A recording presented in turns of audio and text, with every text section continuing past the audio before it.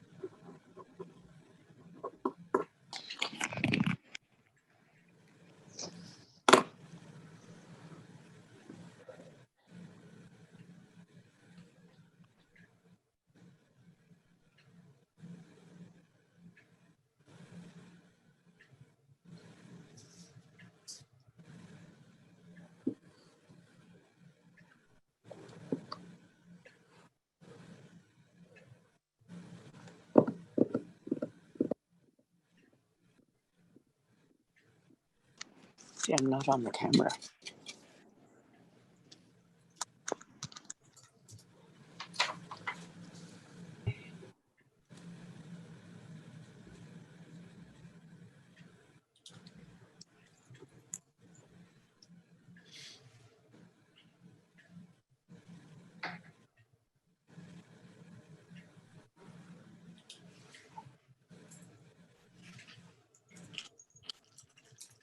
Looked over for a second.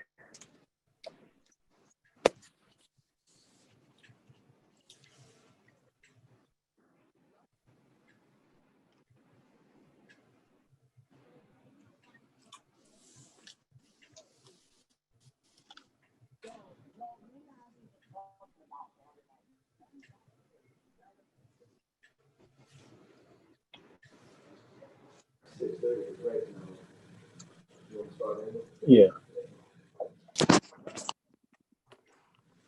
Welcome everyone to the Mayor and Council meeting of September 8th. Please stand for the Pledge of Allegiance.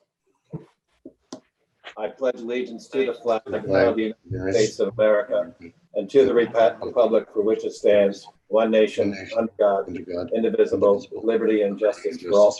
Please remain standing. As we all know, Friday is the 19th anniversary of the terrorist attacks on the World Trade Center and the Pentagon, and the hijack crashing of United Flight 93 in Shanksville, Pennsylvania. I'd ask we have a moment of silence for the 2,996 individuals who died that day and the 1,400 first responders who have since died, and obviously their families as well.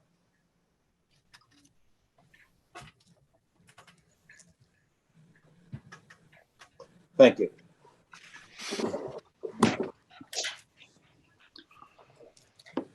I wish to announce that the 48-hour notice as required under the Open Public Meetings Act was emailed to the Asbury Park Press, the Coast Star, and the Coaster on January the 9th of 2020.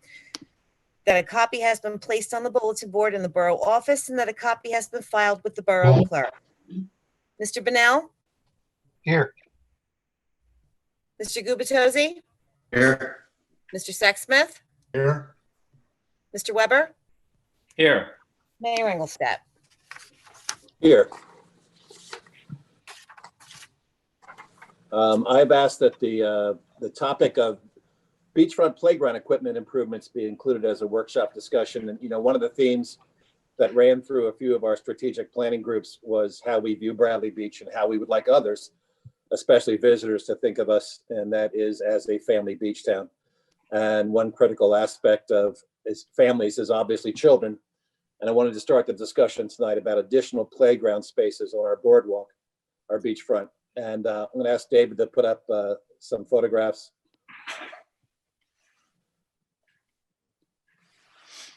David, if you could do the full screen thing again. Slideshow. Okay. So if you were to walk from Asbury Park, next slide, through Bradley Beach, into Avon, next slide, and then into Belmar, you would see numerous playgrounds on the beaches in these towns. You can go ahead and do the following Belmar slides, Dave. So there's 4 in Belmar, 1 in Avon, and 1 in Asbury Park. And I think there's one more. Yeah, stop it there. So I have reached out to the public works directors in both Avon and Belmar, and their feedback to me that there were no major issues with maintenance and upkeep with their playgrounds, other than if they have to relocate sand after a major storm. So I personally would like to see a playground ensemble on the southern end of the beachfront. That's a location recommended to me from Public Works at a location between the walkway and the dunes. We're obviously not taking any action tonight. I just want to start the conversation. If you go to the next slide, Dave.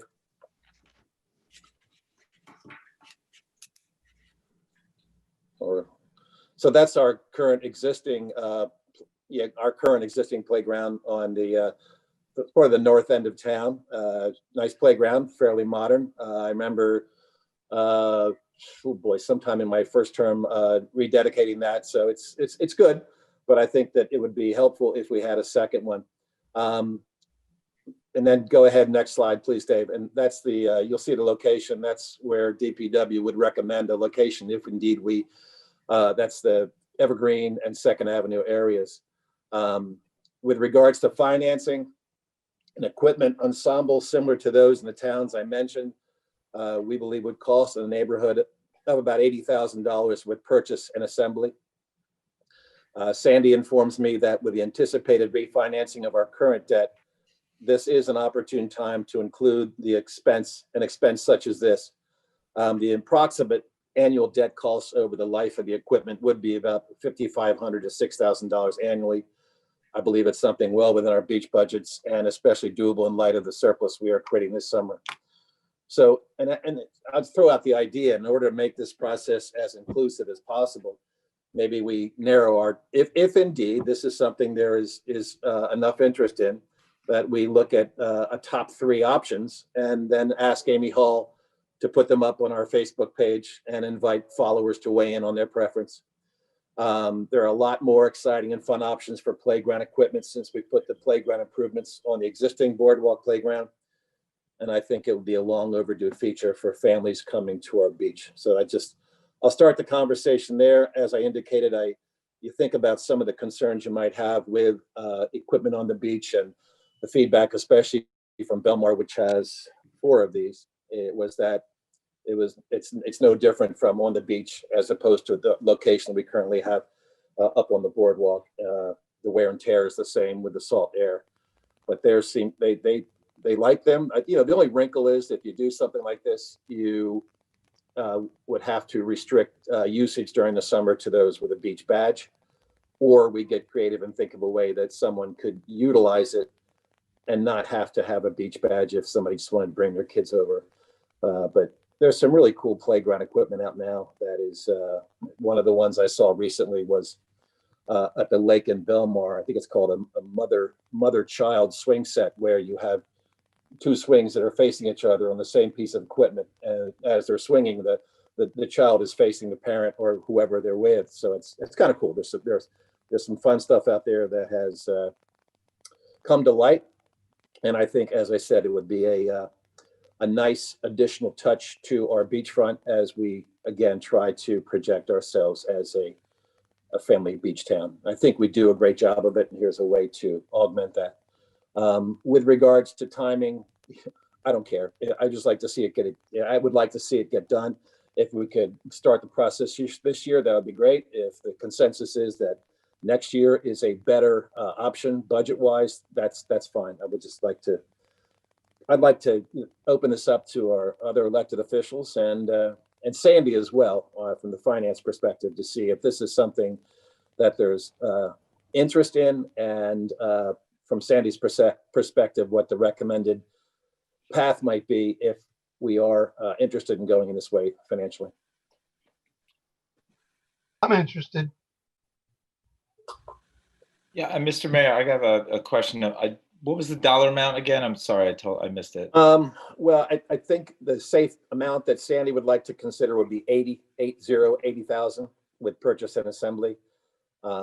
we may find ourselves with a cheaper alternative, but I think that's a good, safe starting point. And I don't know if anyone from DPW is on, but I just have a question about the location. I was under the impression that we have that wide area between the dunes and the boardwalk for vehicles to get through there. We need vehicles to be able to get through there. At least that's what I've been told when I said, well, I'd like to, close off these entrances to the dunes that leave the town vulnerable. Does DPW not need to drive through that area, or, just because? Yeah, I don't have that answer. I don't know if Biagio or Pat are on. Is G, are you on this call? Yeah, I don't see either one of them on. Okay, so that's I obviously spoke a to question. G today, and he's not overly concerned, and it's not going to be blocking access across the whole beach. It's going to be one small area. So no, my concern is whenever I've talked to them about the dunes, like they want to naturally migrate, towards the west. Their concern with holding them steady is they need it to be really wide, because to get the beach lockers in there, they need the front end loader to be able to go in it and essentially do a 3-point turn. If I'm not familiar with that section and there's no lockers there, that's fine. But that would be the first thing DPW has a concern with. I think it's a fine idea, like in concept, and let's figure out a way for this to work. I just want to, figure out some of these details first. But I'm okay with it. It is something that we do not have. Just one other question, Mr. Mayor. Have any residents approached you and said that they think this is what we need in town? I've had conversations with residents over time, especially, obviously, I'm on the south end. I speak to neighbors, and I've floated the idea by them. So I may have started the conversation as in, what would you think? And the feedback has been very positive. A lot of them, make the trip down to either to the Avon playground or to the one that we have on the boardwalk. So the fact that I have a third grandchild coming this Saturday has no bearing on this topic at all. The thing I would be interested in looking at as well was, if we're going to take on something like this, is maybe include some improvements to the north end playground as well. It doesn't need a complete makeover, but some of the equipment is obsolete, and some of it's worn. I think we could probably talk about doing something up there as well. And then the other thing would be just looking at the playground at the school, which is terribly obsolete in all regards. I would be interested in maybe doing something up there and making it safer so that we can open that up to the public as well. Yeah, I think anyone with grandchildren, and I'm there with you, Mr. Mayor, is never going to object to an upgraded playground. I think the idea is wonderful. I also maybe have questions about the location, as Councilman Weber said, and I also I think this is great that we're discussing this and at least introducing the idea for the public. But I do want to make sure that we also make ultimate decisions about things like this tied to broader budget discussions, right? So that we don't look at any one initiative in a vacuum. I think timeframe, Sandy could probably tell us for sure, but I would estimate that later this year is when we probably sit down and begin to evaluate the 2021, not only the beach utility budget, but as Councilman Sexsmith said, if there was an opportunity to do something for the Bradley Beach Elementary School as well, perhaps we could look at this all in the context of, what money we have available to spend. Because I love the idea. I'm just hesitant to commit before we've tried to address the bigger picture. We're going to get a much better deal if we go with a package for several playgrounds. Mm-hmm. Dan, do you want to weigh in from? Sure, I would like to, Mayor. Thank you. So the mayor and I have been speaking about this for a little bit of time now, and he asked me regarding the finances of it. we're using the number 80,000 because earlier in 2020, I was doing a similar project for my previous employer with a similar size playground, and the cost was $80,000. The timing of this might be actually very appropriate. I've invited the mayor to join me in a discussion with our bond counsel. I believe the finance chair, Mr. Gubitosi, will also be in on that call. But what we're considering right now with bond counsel, our financial advisor, is to look at our existing debt and try to take advantages of some of the very low interest rates. If we do a refinancing like this, it would probably happen sometime in December. One of the questions that bond counsel always asks a finance officer is, do you have any new money that you want to borrow? So the timing of this playground project might actually fall really nicely in line with the refinancing of our current debt. I'm prepared to speak tonight, as David does his administrator's report. I'm prepared to talk about the beach revenue so far. I don't want to kind of tip my hat to that discussion, but I think that we will be very well suited to either take on some additional debt for this playground, or perhaps even, as Mr. Gubitosi just said, talk about financing it in the 2021 budget. The way we do it, whether we issue debt or pay for it, in the 2021 budget, I think that financially, we're going to be in a very good position as far as the beach utility is concerned to be able to do this. The things, just in my experience, and I'm sure I know Jerry Fried is on the call. I know that these things are probably already in his head, and I'm going to leave that to him. He's the engineer. But one of the things that I think needs to be, considered is whether, a project like this on the beach, and I know that neighboring towns do have playgrounds on their beachfront, but I think the DEP will probably get involved. You'll probably need a CAFRA permit. And then also, you have to consider ADA compliance. So just some other things to consider in the discussion. Sandy? In the projects that you did for Seaside Park, did they have a play surface involved, or was it just the equipment? So it was along their bayfront there. And they actually, obviously their bayfront is also sand, but they were told when they were doing the project through DPW that they had, because of ADA compliance, you had to use some other surface besides sand.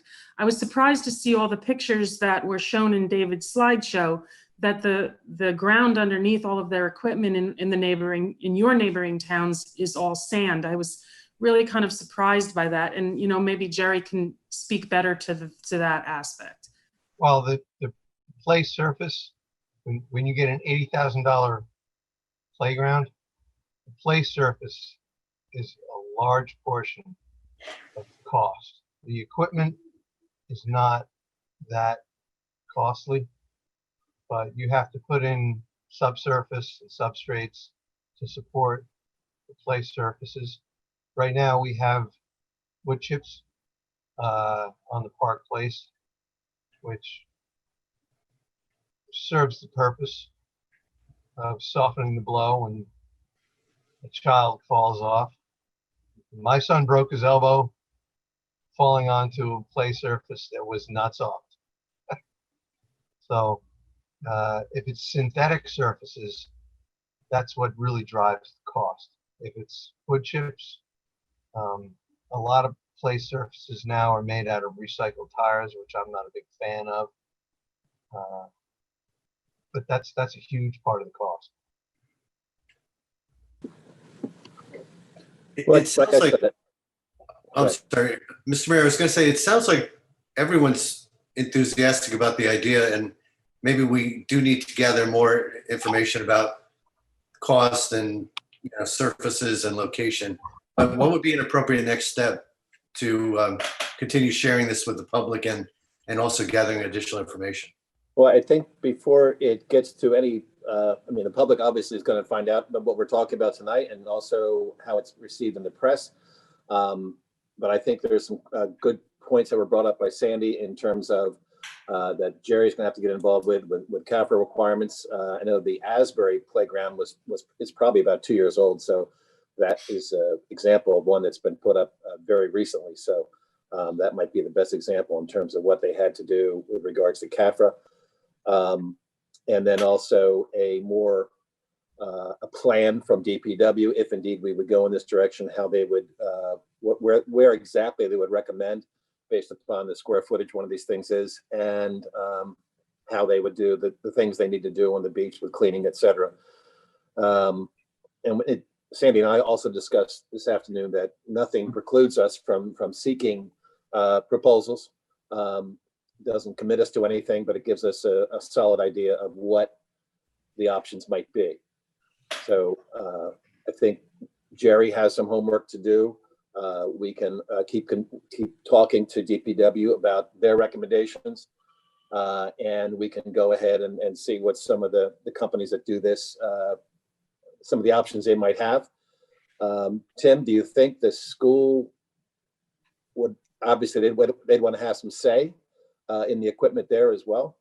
I'm sure they would want to have some say in that. It's just, like, as I said, a lot of the equipment there is just really, really old. That was really, really old, I don't know, 15 years ago when my kids started going to it. So it's just another opportunity.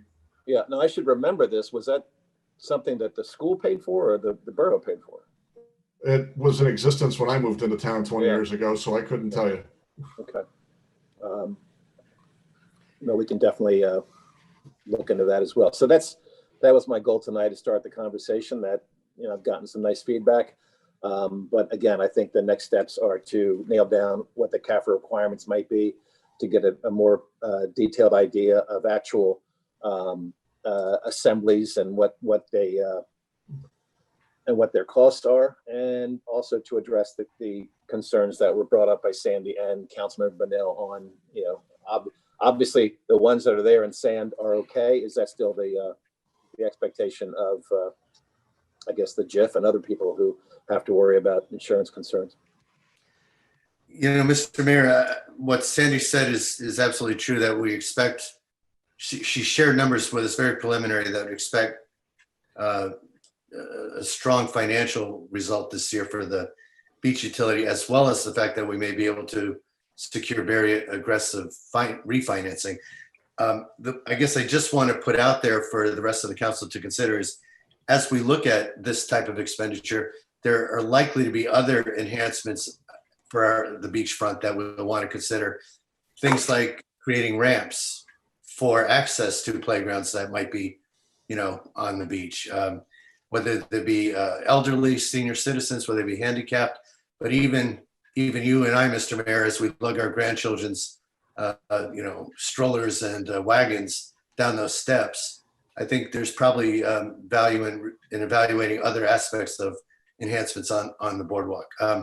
We canceled, at least postponed temporarily, the horseshoe renovation, right? The boardwalk there. And I know over the years we've talked about a need to revisit whether or not we could do any kind of a bulkhead initiative at the southern end of town. So I throw these out only to say there's a lot going on in the beach realm. And I just want to make sure we address everything, at the same time. No, obviously, either in this year or next year, there's going to be a look at a wish list for the beach. And I would just ask that be considered as part of the improvements that we conduct each year. Okay. Sounds good. Now is the time for the approval of the minutes from the meeting of August 11th. I'll make a motion to approve those minutes. Is there a second? Second. Thanks, Tim. Mr. Bunnell, Yes. Mr. Gubatose, Yes. Mr. Sexsmith, Yes. Mr. Weber, Yes. Mayor Engelstad. Yes. David, administrator's report. Good evening, everyone, Mayor, Council, general public. Tonight, I'm going to defer to our CFO, Sandy Rice, to give a financial report. And following our CFO, Our Director of Tourism, Amy Hall, will give a tourism report. Sandy? Hello again, everyone. David has asked me to put together some financial information on the beach operations. I'm only prepared to talk about the beach. We can discuss the status of the other two, the current fund and the sewer operating at another meeting if you'd like. But for tonight, I'd like to talk about beach revenue. Primarily the sale of beach badges.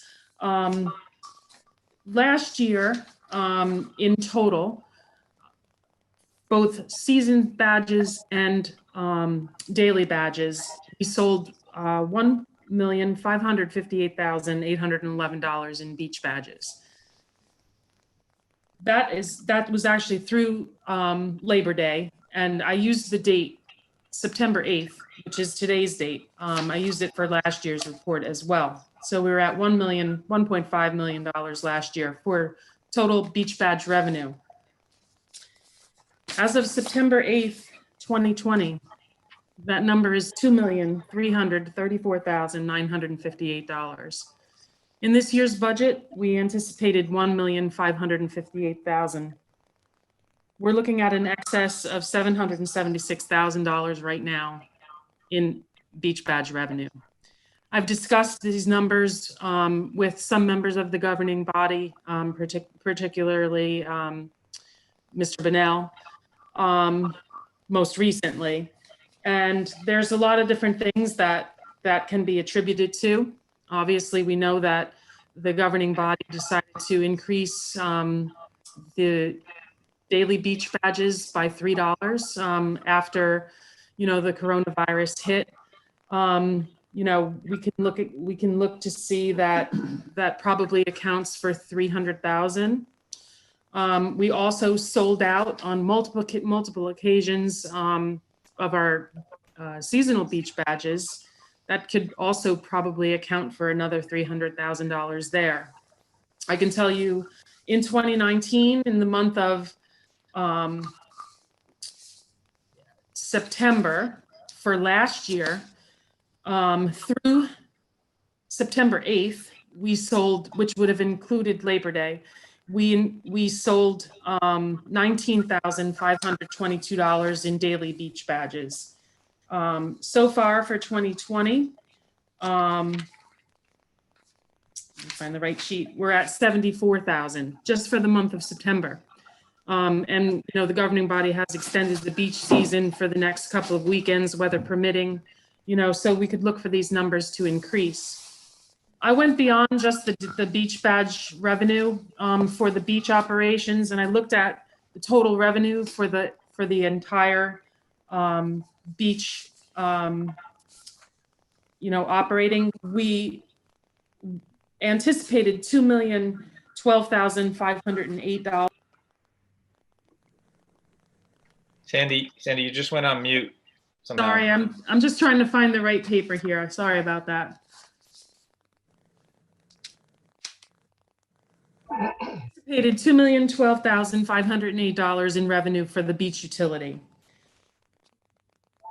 We're looking right now, as of September 8th, at a $999,000 excess in beach revenue.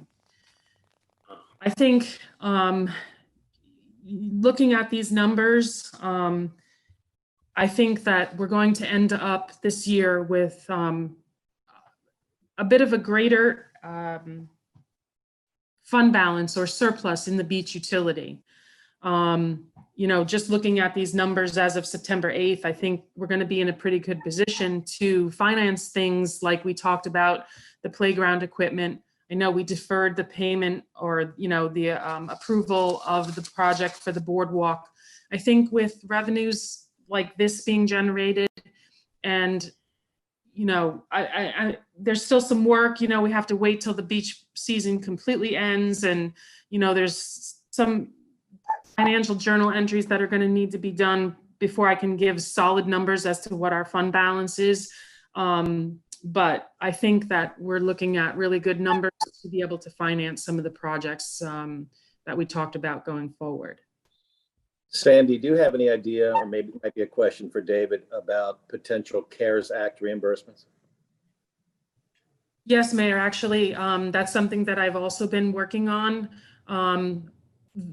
There was the first round of CARES Act reimbursement through Monmouth County, which the borough did not participate in because we were still trying to rebuild badge boxes and put up, we just didn't have enough of a sense of what our true expenditures would be when the first round of reimbursement requests were due.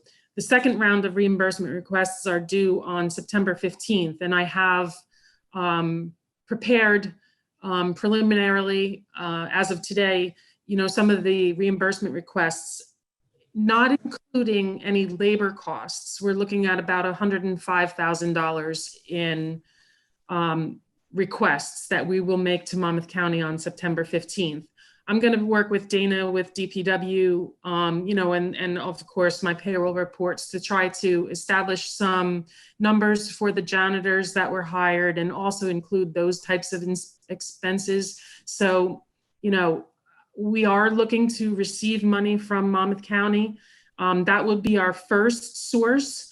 Anything that Monmouth County doesn't pay, then we can go to FEMA for, but we can't obviously claim the same expenses in both entities. So the only thing that you should understand is that revenue will come into our budget as miscellaneous revenue right now. We can't spend it in 2020. Not to say that it won't be available in 2021, but because we did not anticipate that revenue this year, we can't use it in 2020. We'd have to wait.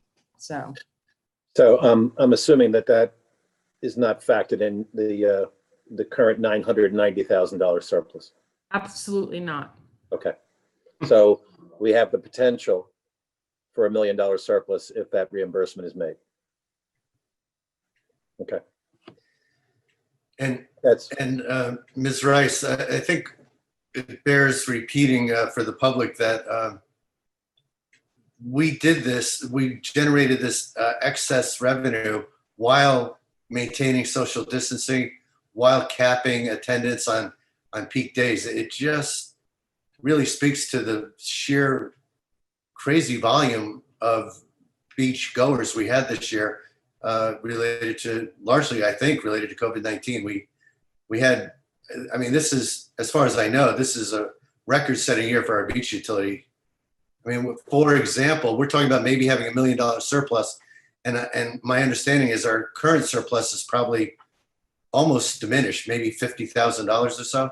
Right. I think it's like 60,000, right? The operating surplus that I was allowed to use for this year's budget was only like 275,000 or something like that dollars. And, we anticipated quite a bit of that in this year's budget. So that didn't leave very much, but, with numbers like what we're looking at, I think we're going to be really well set at the end of this year.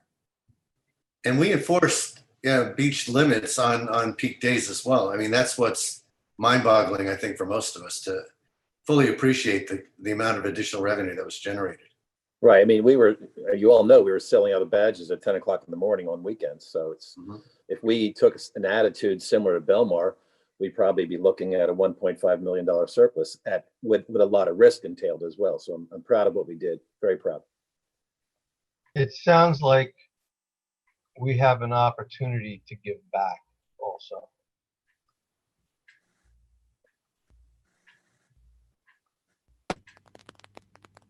Yeah, I don't anticipate that. Obviously, that's a decision for the next governing body, but there's no need for us to stay at a $13 daily badge amount. But that's down the road for the next governing body to decide. But I would like to think that's sort of what you're referring to, Randy. Among other things, yes, but I think we have an opportunity here to give back. I think we all agree there are good things we can do with these funds for the residents and our visitors.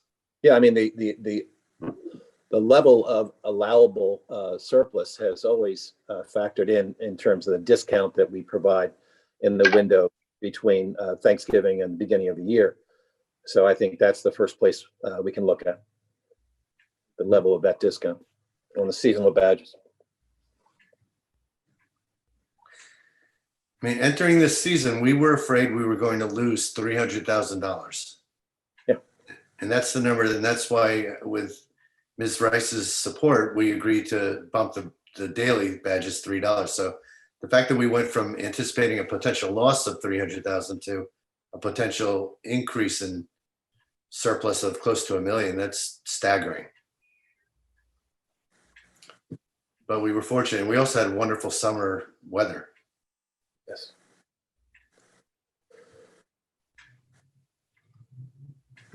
Mayor, next up we have Amy Hall with the tourism report. Okay.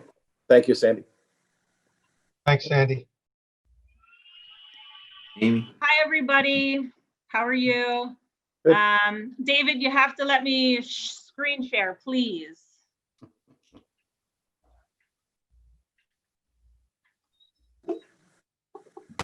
Got it? Let me see, not yet.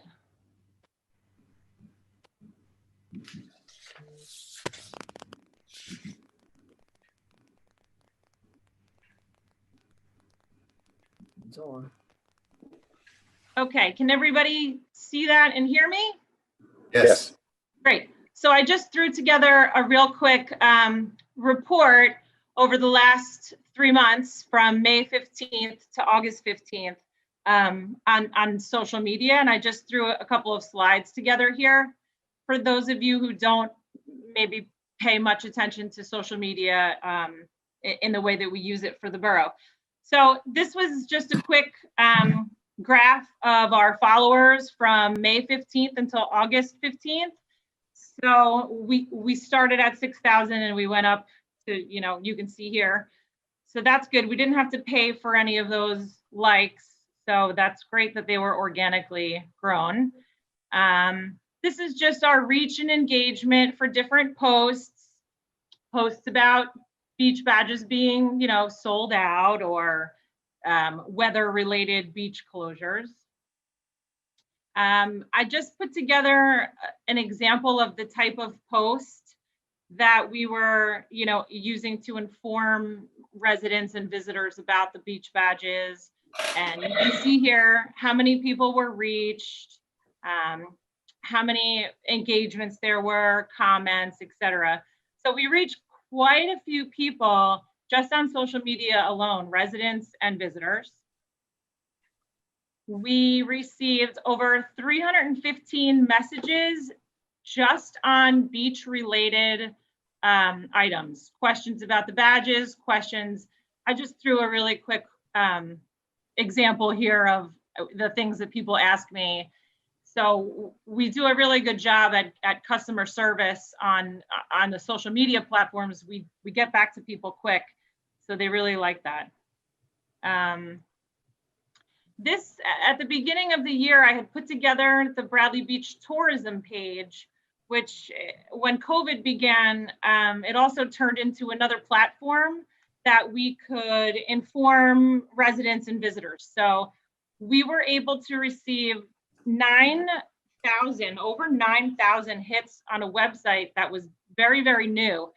The website had an announcement bar. So when I would get my morning text about whether we were sold out or whatever the situation was, I would update it immediately onto the site. So it looks like it worked out really well between the two sites, the borough.gov site and the visitbradleybeach.com site. And really quick, I just want to, that's it for the social media part of it. I could get into more detail, but it's really kind of numbers and a little bit boring.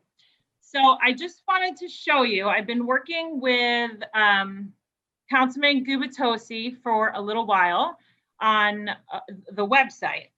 So I know that we've had some complaints and issues about the borough website, that it's not very user-friendly. It may be a little bit difficult to find the information that we're looking for. So the borough has hired another company to create a newer website, much more user-friendly, interactive, and I just did a side-by-side here so that you could take a peek at it. This is the website we have now, and I'm sure you're familiar with it, but there's lots and lots of text and a lot of layers underneath all of these different tabs. It gets very confusing and it gets pretty redundant, if you will. And then over here, I think I can, let me see, is the one that we have been working on for the past, I don't know, a few months, I guess.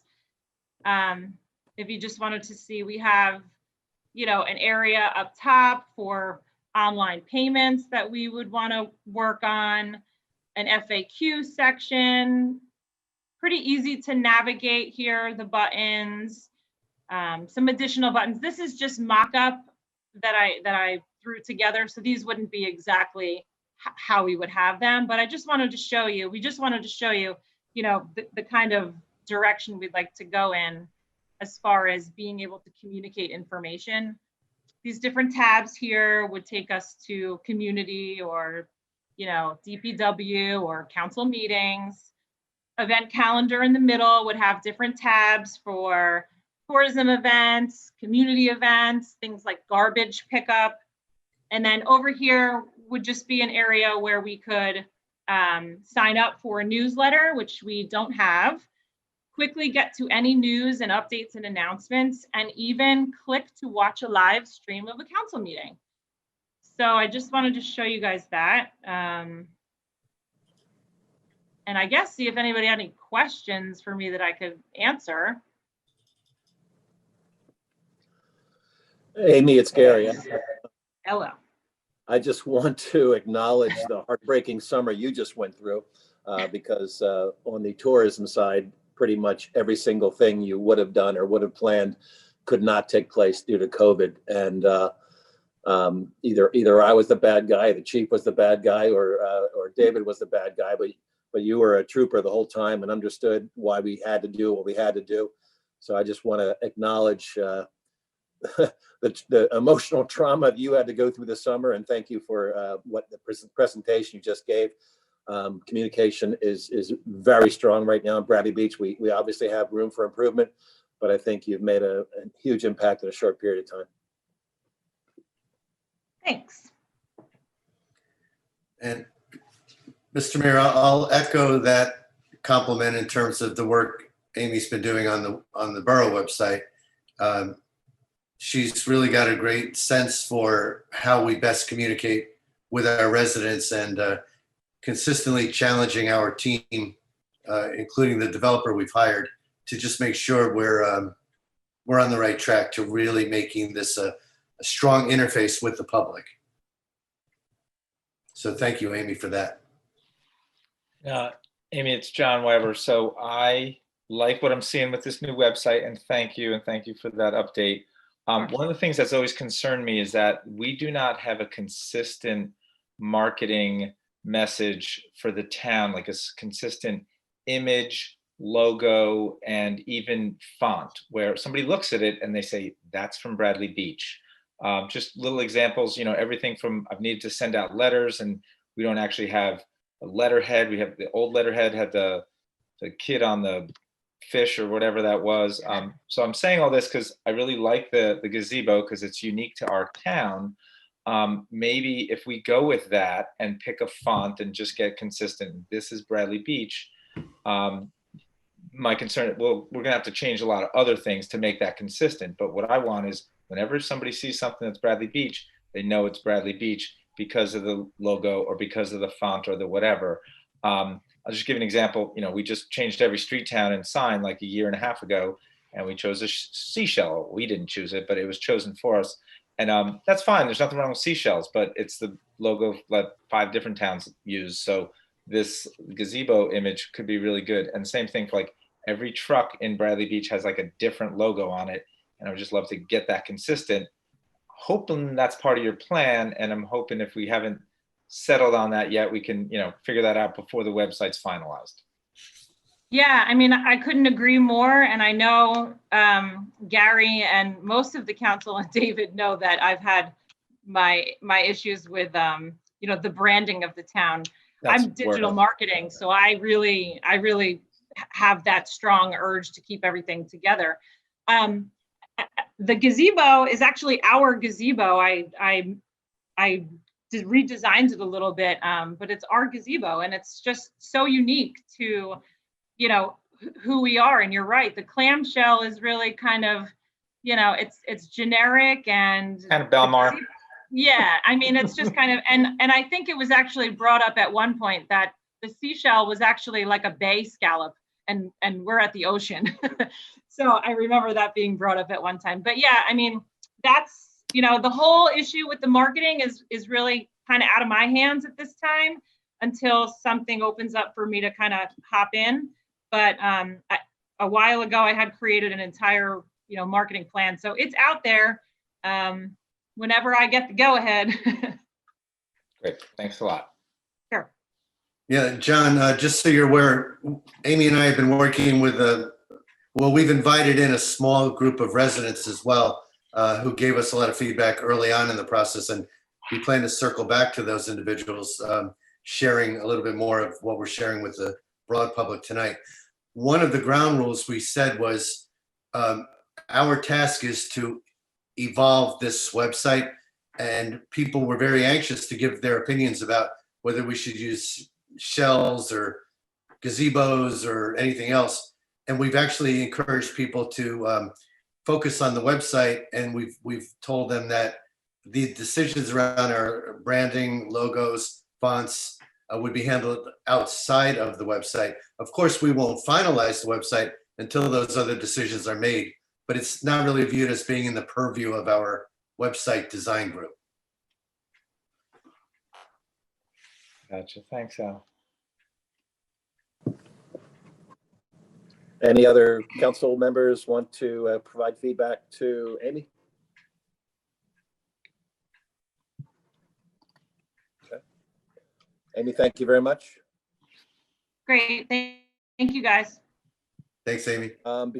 Before we get to item 9, public comment on agenda items, I'm going to make a motion to table one of those agenda items, which is ordinance 2020-15.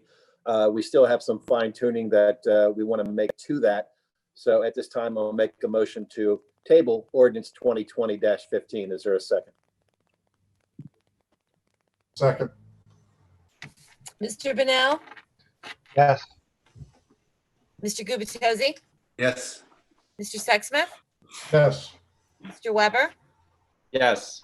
Mayor Engelstad. Yes, so now is a time for public comment on agenda items only, and you'll have the additional opportunity at the end of the meeting to provide any comment on any items to your meeting. David, if you'll help referee this, please. If you'd like to participate, please use the electronic hand. And first up is Mike Mandina. Yes, hi. I just wanted to make a little comment about the invasive species ordinance. I had some bamboo in my yard for about 13 years, and it started off small and it grew to about 550 square feet. I had a lot of trouble containing it. I had to rent a giant trenching tool and put a 24-inch plastic rhizome barrier along about 150 feet.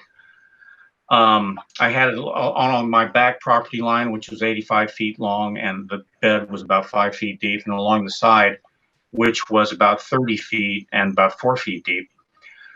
And once I had it contained, over a period of a couple of years, it started dying. So the maintenance became almost insurmountable in terms of pruning it and carrying the stuff out to the street. There would be a huge pile of bamboo in front of my house on yard pickup day.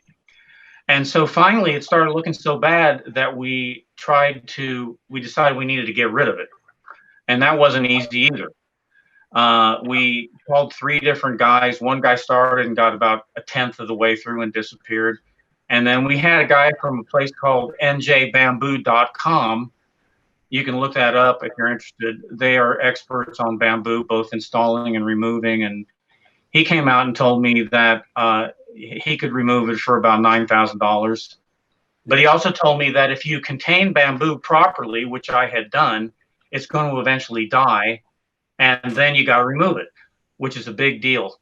So I learned a lot about bamboo, and I know that people are sensitive about how their property is used and people telling them how to use their property and how not to. But I would advise anyone that's considering getting bamboo to just not do it, because that's kind of how it ends anyway, and it's a long road and it's expensive.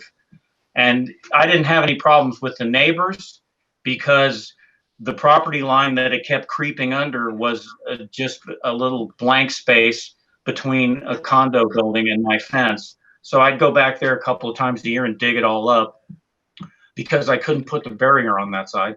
But anyway, the long and short is, all you really need to know about bamboo is don't get it. It's not going to end well. That's the whole story. But there's more, but I won't bore you with it. Thank you, Mike. Sure. Okay, next up is Nancy Meadow.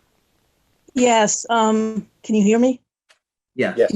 Okay, so I want to echo some of the comments that were made regarding the playground, beachfront playground, because I do not understand how it could be brought up now when we're not discussing the beach utility budget. And some other people seem to echo that and put that out there. In addition, placing the equipment, it's not just Public Works that uses that area to speed their cars through. It's also the police department and the lifeguards. So their input into placement really, in my opinion, trumps, no pun intended, that of Public Works. And the thought of spending $80,000 on a playground, which would equal the cost of 2 ramps that I've been requesting since 2013, is quite honestly unacceptable. So I hope when you go to discuss all of this and financing and refinancing, you look at who's going to use the equipment, how it's going to be supervised, and where it serves the public the most. Thank you. Thank you. Bill Shook. Bill, you're muted. I'm muted. Okay, thank you. On the invasive species and stuff like that, I understand, like I said previously, I understand with the bamboos, the issues and stuff like that, but I don't see why we have, if you look at the ordinance, it's paragraph after paragraph about the bamboo, and then we throw in one sentence in there as far as the Japanese knotweed, which is a benefit to all as far as a health product. And we're attacking that. Why can't we just leave that alone?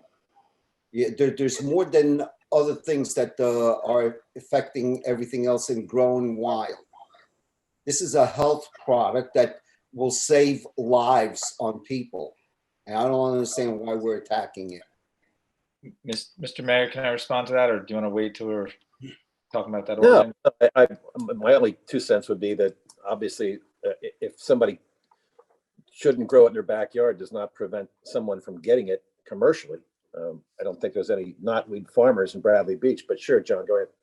Yeah, Bill, I heard what you said at the last meeting. I hear you. I mean, anybody that wants Japanese knotweed, we have it growing in the maritime forest and we don't want it there. So people are free to take it and do whatever they want with it, dig it up and bring it to your house. But, after your comments last time, I reread the ordinance, and I don't think anything would keep you from keeping it in pots. If you want to grow Japanese knotweed for its medicinal purposes, and I do know that, and I do know it was used for food because I read up on it when it was a problem in the maritime forest when we first looked into that. So I don't think anything would keep you from having it in pots on your house. You could have a potted plant, full of Japanese knotweed. That would be fine. So if that's acceptable, then, we'd like to leave it. But to answer your question, it is in there because it is invasive and it spreads, and it can do, damage to your property, your foundation of your house. It can become a nuisance for your neighbors, essentially. And that's why we're doing this.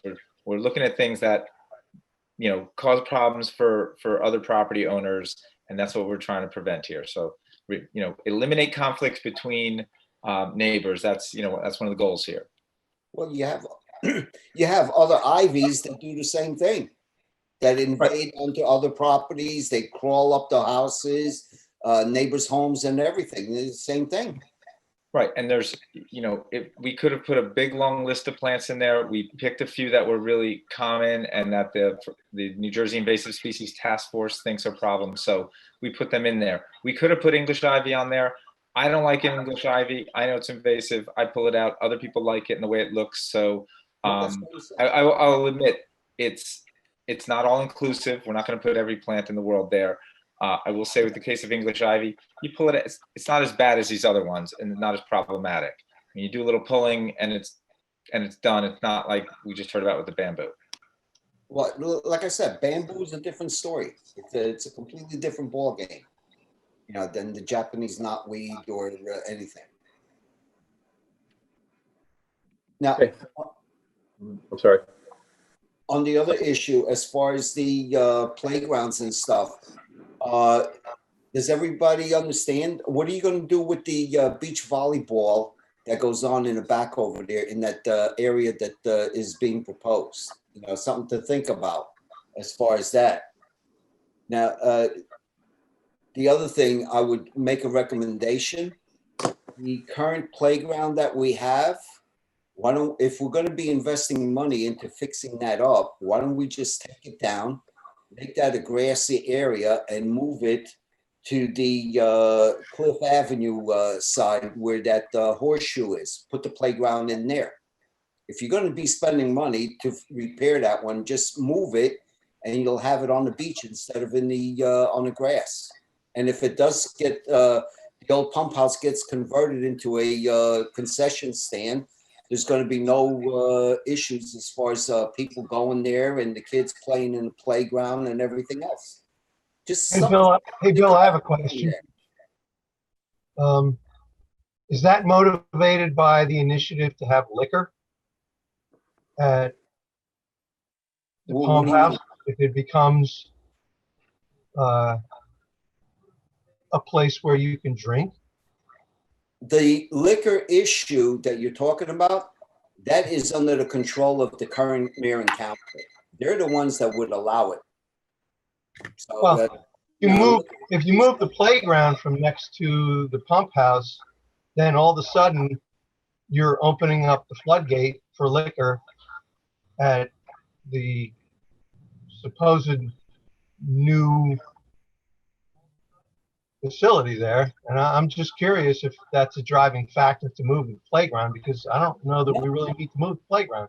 The idea was to have another playground, not move the one that we have. Correct. To have another one.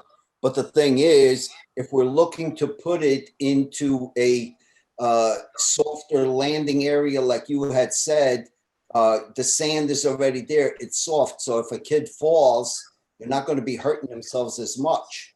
It's no softer than the wood chips that are at the current playground. Well, it's a little bit harder. It's not. I've put in a lot of playgrounds and there's no difference. The liquor that if the mayor and council allow it to be sold on the beachfront, like I said, that's a mayor and council issue. Nobody can have liquor out there unless the mayor and council. Well, I was just curious what your take on it was. No, that is not a driving factor. The driving factor is to give the kids a safe area to go and play and stuff like that, instead of climbing fences and all this other stuff. And it's a soft landing zone. And if you're going to be soft landing zone is wood chips also. It's no different than sand. If you're spending money to refurbish that, just move it to the sand area, and now you have an open grass area. Well, we could put sand in the current playground. Whatever. Like I said, just fuel for thought. All right. Thanks, Bill.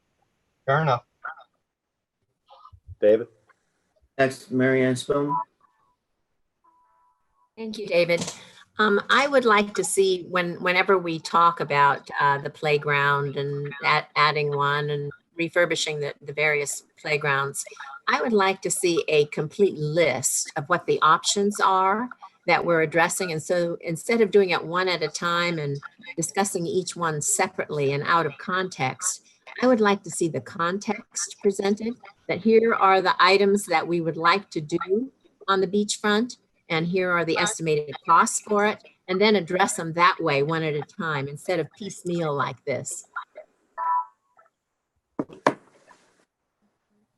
Thank you. Next up is Cindy. Thank you. I have several issues I'd like to address. The first being the utilization of the beach utility funds. While I support the building of a new playground, I do believe a needs assessment needs to be completed in terms of cost and the engineering perspective and the utilization by other services, as Ms. Meadow pointed out. And I support a lot of the that were already raised. I do believe that there are many other ways to utilize the available funds that would benefit not only children, but all members of our community, especially seniors and those with handicap. Currently, handicapped people and those needing assistance of a ramp can only enter the beach on 3 locations. And as a public beach, we should have more access for the disabled. So I would like a needs assessment of all beach utilities that need to be addressed, including any changes that may need to be occurred in the future should the COVID pandemic or similar situations persist. So please take that under advisement. Thank you, Amy, for the update on the social media front. While I appreciate the use of social media, not all in the community are tech savvy or even are aware that this is our primary way to communicate events. Amy did a very diligent job of making a lot of events available throughout the summer in an electronic forum to increase community involvement, but some were not even aware this was ongoing. I would like to suggest that in some form of communication in a written form for those not always on social media or on the web, that they know to go there to see what's available. So perhaps in regular mailings to the town owners, like the tax bill, an additional flyer can be added, or in the water bill, that announces this is our primary way to communicate events and what the websites are, or even posted on the town billboard. And in terms of if a playground were to be added, I am highly opposed to removing the current playground on the beach front, on the boardwalk. Not everyone accesses the beach. It's easier for in the winter and colder months to stay off of the sand. And for those not buying beach badges, they need to have access to the one on the boardwalk. And I would be very concerned that moving the playground away from the pump house would open the discussion for a liquor license to be granted should a restaurant be permitted on Ocean Avenue at the pump house. Thank you for your time. Thank you. Thank you. Next up is Kelly. Hi, everyone. I have 2 quality of life topics, and then I wanted to also hit on the playground and beachfront items. So the 2 quality of life, one is I just wanted to put up for discussion, I guess, for a future time, about parking in town, and if there's something that we can do about having driveways painted with at least like a 1-foot yellow line on either side, or have white lines put in where people can have parking parameters. I know that this was a very different summer that we've ever experienced, but the amount of times I have had to either call the police or stop myself from calling the police because I couldn't get out of my driveway was tenfold in past years. And I think it's a waste of the resources to do that, but I would love to know if there's a budget and something we can do about that throughout the streets in town. The second quality of life is about the bike hours on the boardwalk. I know that this was discussed a while ago. 10 a.m. To have a bike on a boardwalk is not safe. I would be as aggressive to say 7 a.m. But again, I just think it's something that should be discussed. 10 a.m. is just too late and it's reckless. So the playground, the Ocean Avenue and Beachfront Committee, it was a volunteer committee made up of town people. We put forth a really robust proposal about a lot of different topics. And one of them was the playgrounds, and also talking about how to revamp the one that we have, make it inclusive to people with all capabilities, abilities.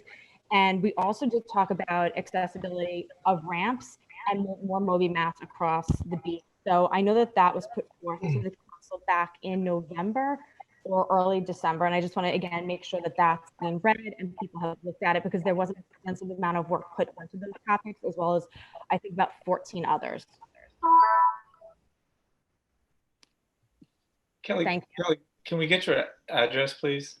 Yeah, sorry, 304 2nd Avenue. Thanks. And next up is Mr. Cohen. Thomas Cohen, 612 3rd Avenue. I loved Kelly's comments. Those were really awesome comments, and it's nice to hear the interactions. We've been talking about the parking delineations in town for years, and we've witnessed it this summer more than ever. People having their driveways blocked. But I really wanted to compliment you, Mayor, Mr. Brown, Ms. Rice, and the entire council for your adjusting to the COVID situation as it pertains to our beach. And I think that as we look back, this will be one of the most amazing things that you've done, and other towns would be very, very jealous that they didn't act in the same way that you did as a conjoined group. And I really appreciate that. I do want to say that Sandy can correct me if I'm wrong, but going into the 2019 beach budget, as I recall, the beach utility was down to about $18,000 because the surplus was utilized. And I was very concerned for the taxpayers at that time. Fortunately, 2019 was weather-wise a far superior year. We did build up some surplus. But in the conversations tonight, everyone's excited about the money, but I didn't hear anyone mention weather. And in the future, we are going to be impacted. I know you mentioned it almost every meeting, Mayor, about the weather app and how people would see the cloud and say, well, I'm not going to Bradley Beach. So I would propose that we set aside $500,000 in the surplus and then utilize the balance of that money for some of the improvements that the public and the council has mentioned tonight. I think that would be the most prudent for the taxpayers. And it's nice to be in this position, but years change, weather changes, things change. But congratulations on a wonderful job. Thank you, Mayor. Yeah. Okay, Mayor, there's no more electronic hands. Okay. Move on to the introduction of ordinances. As mentioned previously, 2020-15 has been tabled. 2020-16 is the aforementioned borough's bamboo and invasive plants ordinance to prohibit the future planting and regulate the existing plantings of invasive species of vegetation within the borough. I'll make a motion to introduce the ordinance. Is there a second? Second. Mr. Bennell, Yes. Mr. Gubatose, Yes. Mr. Sexsmith, Yes. Mr. Weber, Yes. Mayor Engelstad. Yes, ordinance 2020-17 is a request that came to us from our Department of Public Works with regards to creating additional space on Newark Avenue for garbage collection. So I want to thank them for bringing this to our attention. David, do you want to expand on that in any way? In short, Mayor, there was issues there with garbage pickup. Garbage truck would approach Newark Avenue. We know that's already a narrow street with parking on each side. And what would happen, the truck would sit there for several minutes, pushing almost sometimes 40 minutes or so and blocking traffic. So this would relieve that situation, and that problem will be resolved by taking these spaces on a limited time. Let me ask a question about this one, David. Is it accurate to say that we're talking about the garden apartments on Newark. This is the area, and it's like a garbage contractor. It's not our garbage trucks, or is it a problem for our trucks as well? You are correct on your first point. It is a contractor that's coming in that can't get in, make the turn due to the parking's right up against the apron. So does that mean that these apartments, there's not a parking lot where this dumpster, like the dumpster has to come out onto the Newark Ave side, like there's no parking lot for them to pull into? Yeah, there's not enough turning radius in these two, and what happens is they have to pull the garbage cans out to the street. So now with this parking, not having these spaces and cars being there, they can make the turn into the driveway, into the apron, and get back to the actual trash receptacles and empty them accordingly on the apartment property and not in the public road. Okay. Is this every day of the week? No. My concern is that Newark Avenue has got horrible parking problem as it is, and I hate to take away just 5 spots or something like that, whatever it is. It's a limited time. The 3-hour window, Tuesdays and Fridays only, 7 a.m. to 10 a.m. Okay. Just on the we're pickup just days, Council. So we're just limiting parking on that window on the pickup days. Correct. Okay, thank you. Dave, I had a similar question. I knew it was limited, but I was wondering, the 3 hours seems like a fairly broad window. If this is an outside contractor, is there any opportunity to narrow that window for the same reason Councilman Sexsmith mentioned, that parking on Newark is just a real challenge? Yeah, that is the narrower window that the contractor could commit to.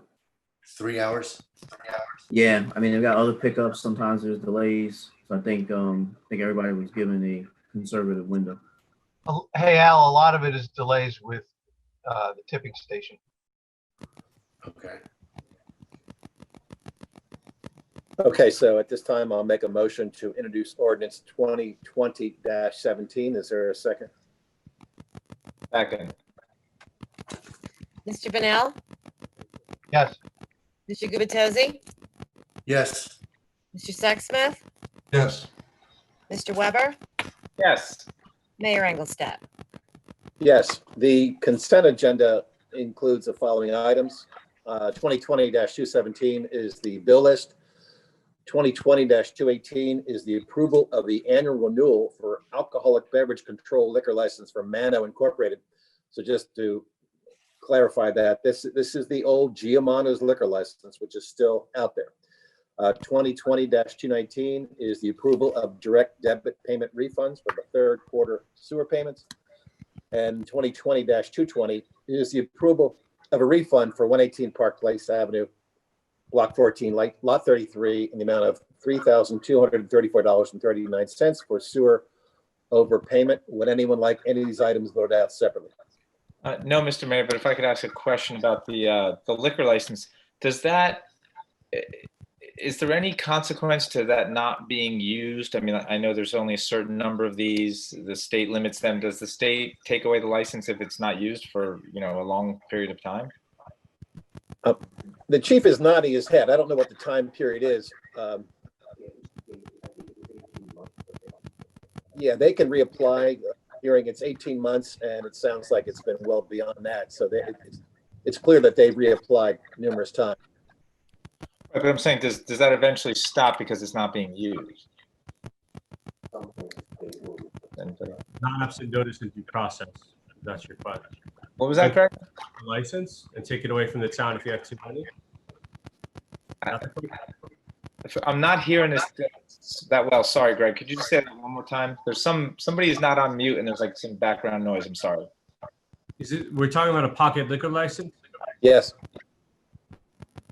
And the applicant continues to renew it on an annual basis? Yes. As an inactive pocket license? Correct. It'd be several years before there was any action. I'm not aware of the ABC currently taking aggressive unilateral action on that. Okay. That's on a borough request, the ABC would take action against the license holder, but if they're continuing to renew it annually and submit their updated information, it would be quite some time before the ABC unilaterally or sua sponte to remove the license. Okay, so you think they maybe could even do that indefinitely? The regs don't say indefinitely, but, and I don't want to speak for the ABC because obviously I'm not their lawyer, but I'm not unilateral or sua sponte action by the ABC to revoke liquor licenses that are renewed actively, but as a pocket license on an annual basis are rare. Okay, thanks. Just, and I know you were looking for a second on that, Mr. Mayor, so I believe you made your motion, right, Mr. Mayor? No, I asked if anybody wanted anything voted out separately. That's all I've done so far. Okay, no. Also, Councilman, I just wanted to make aware. I said at the beginning, notice and both the license holder and the borough would receive written notification if that were to happen before it happens. Okay, thanks. So I'll make a motion to approve the 4 items on the consent agenda. Is there a second? Second. Mr. Bennell, Yes. Mr. Gubatose, Yes. Mr. Sexsmith, Yes. Mr. Weber, Yes. Mayor Engelstad. Yes, we have 3 resolutions. The first is 2020-221, the approval to extend the temporary outdoor dining permits to November 30th of 2020. Make a motion to approve that resolution. Is there a second? Second. Mr. Bennell, Yes. Mr. Gubatose, Yes. Mr. Sexsmith, Yes. Mr. Weber, Yes. Mayor Engelstad. Yes, resolution 2020-222 is the appointment of Jim Burns as a public member of the Community Center Task Force. Make a motion to approve that appointment. Is there a second? Second. Mr. Bennell, Yes. Mr. Gubatose, Yes. Mr. Sexsmith, Yes. Mr. Weber, Yes. Mayor Engelstad. Yes, and the last resolution is 2020-213, which is approving an amendment for the resolution for the court administrator. Make a motion to approve the resolution. Is there a second? Mr. Mayor, I had a question about this. What's exactly happening here? I recall that we voted on the administrator's salary early in the year, and now there's an adjustment retroactive to 1/1.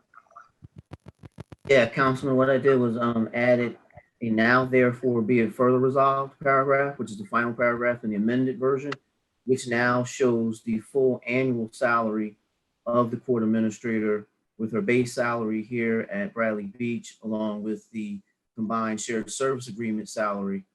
So that's clarification for the finance office and our auditor.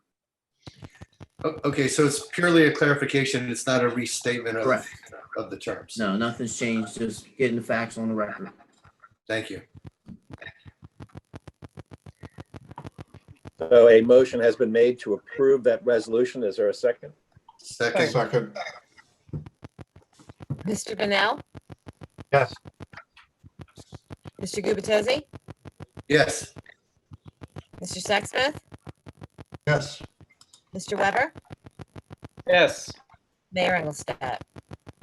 Yes, now is the time for mayor and council reports. Council President Weber. Thanks, Mr. Mayor. I'm going to start off with something environmental. We all know it was a really tough summer to have a business in Bradley Beach or a restaurant. You heard me speak to this energy fellow that we had on loan to help us with Sustainable Jersey. And he identified some programs that business owners could take advantage of to save money and to reduce energy use. And we identified this because we get Sustainable Jersey points for this. So we connected this fellow with the Business Community Alliance, and with the help of Michelle in the front office, a letter went out to 125 business owners in town, and they got information about a New Jersey clean energy programs that can help them save money, reduce their energy costs, like low or no interest loans if they need equipment. A lot of it's run through New Jersey Natural Gas, and a person that works for New Jersey Natural Gas who now lives in town full time named Ray Perry had a lot to do with this, along with the Business Community Alliance. So it's just a great example of things coming together. A commission in town, the Business Community Alliance, with the help of the front office staff, and hopefully we'll have you know, and even if a few of these business owners take advantage of the program, we get the sustainable Jersey points. So that's actually really good news there. I just want to mention regarding the Bradley Beach Fire Department, in our budget, we did put some money towards LOSAP, the length of service award program. I understand that there were some steps taken, like just putting a line in the budget is not all that's involved. So I know that the borough administrator and others were working on putting other things in place to make LOSAP a reality. So that's going to be good news for the fire department. On the community development front, let everybody know that George Waterman is leaving. He will be here through September 30th. I know he's done a lot of work on basically revamping all of our zoning ordinances, a small group of people, and have been working on that. And he's agreed to stay on and help see that through, which is good news because it, you know, was kind of a bit of a mess, and he's been very helpful cleaning it up. On the beach, I was not here for the last 2 weekends. I went to a different beach for vacation. I'm assuming we had some great weekends here. Obviously, we already heard it was a banner year with the beach badge sale. And I just want to remind everybody how there was so much uncertainty in the spring when we set these fees and rules. And, you know, I see these comments and people online, they say, oh, it's just these money hungry towns and whatever. But I just want to remind everybody, we really thought we were in for a really bad summer. And I'm the last person in the world that wanted to have a very expensive beach badge. So glad the way it turned out the way it did. I think we should look at a much less expensive badge next year, that's for sure. And the beaches are free right now until the weekend. You'll need your badge again, but there is minimal lifeguard presence right now. If it does get really rough, I want to remind everybody the police could shut it down during the weekdays if that's necessary, but on the weekends there will be lifeguards. So we should have sort of a normal September just with lifeguards on the weekends. So, and the Shade Tree Commission is going to have its first meeting tomorrow, and they'll take some preliminary action, select some leaders, and that's finally happened. So that's my report, Mr. Mayor. Thanks. Thank you. Councilmember Sexsmith. Thank you, Mr. Mayor. I'll start off with the police department update.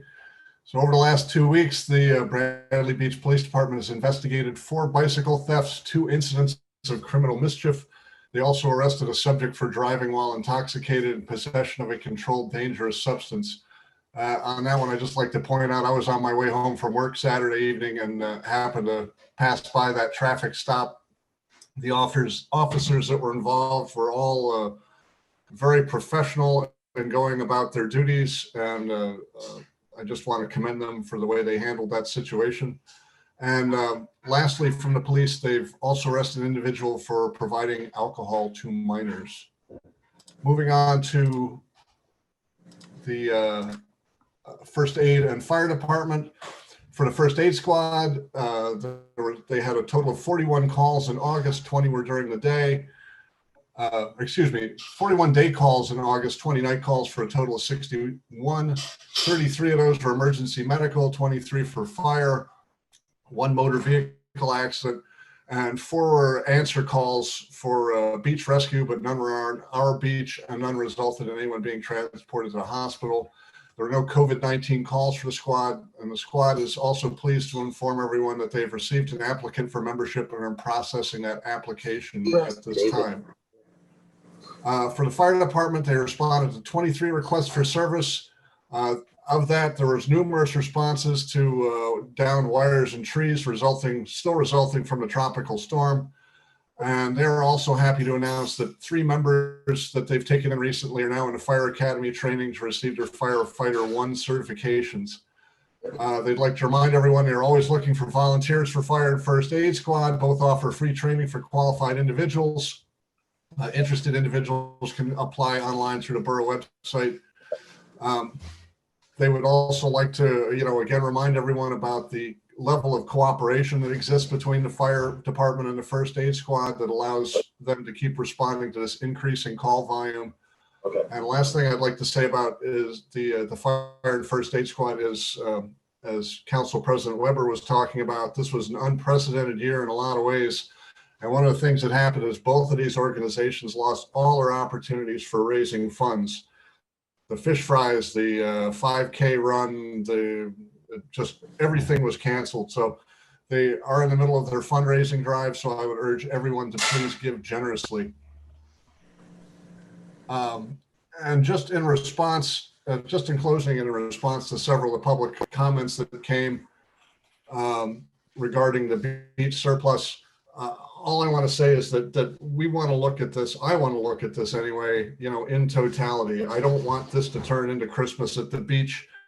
I don't want to return to a situation where we were 2 years ago when we had $20,000 at most in surplus. We have a rare opportunity to get things done and maintain our surplus. And we just need to look at the entire picture of that going forward. Thank you, Mr. Mayor. That's my report. Councilmember Gubitosi.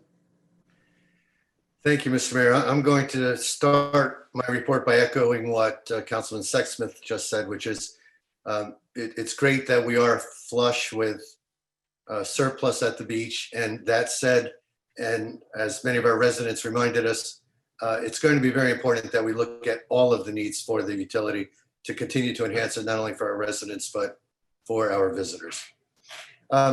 Important workshop coming up for folks who have been tracking this. It started with our Main Street Excellence Task Force. They, led by Liz Hernandez, they secured a grant with Rutgers and Sustainable New Jersey that created a walkable community workshop. I want to say 30 plus people participated in that walkable community workshop a month or so ago. And on September 15th, next week, 10 a.m. to 11 a.m., there will be a walk audit findings workshop. So anyone who's interested in that, please contact me or Liz Hernandez or anyone else on the council who can then track me down. But if you're interested in hearing the findings from that workshop that was conducted, mark that date on your calendar, September 15th, 10 a.m. Wanted to mention that Sylvan Lake, led by Ann Politi as the chairperson of the Sylvan Lake Commission, is continuing their work with that environmentalist team, looking at restoring the lake. Avon Mayor Ed Bonanno is part of the team. Our own Jim Shishius is part of the team, and many others are involved. But there is going to be a meeting this Friday as we continue to move that forward. Maybe most importantly, and I saved this for last, but I did ask, as we were preparing the agenda for this week's meeting, one of the requests I made, we weren't able to add to the agenda in part because we just need to do a little more research. But I wanted to share with the public a plan that the council is entertaining, and it's specific to the LoSAP benefit for our police and EMS. And I'd like to read a prepared statement. Upon taking office earlier this year, the newly elected Bradley Beach Council worked with our CFO to budget for a LoSAP program for our volunteer fire department and rescue squad.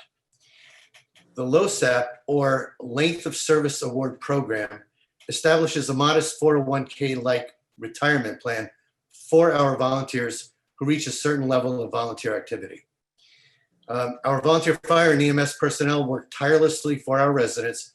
They put their lives on the line to protect us from fires and storms, illnesses and injuries.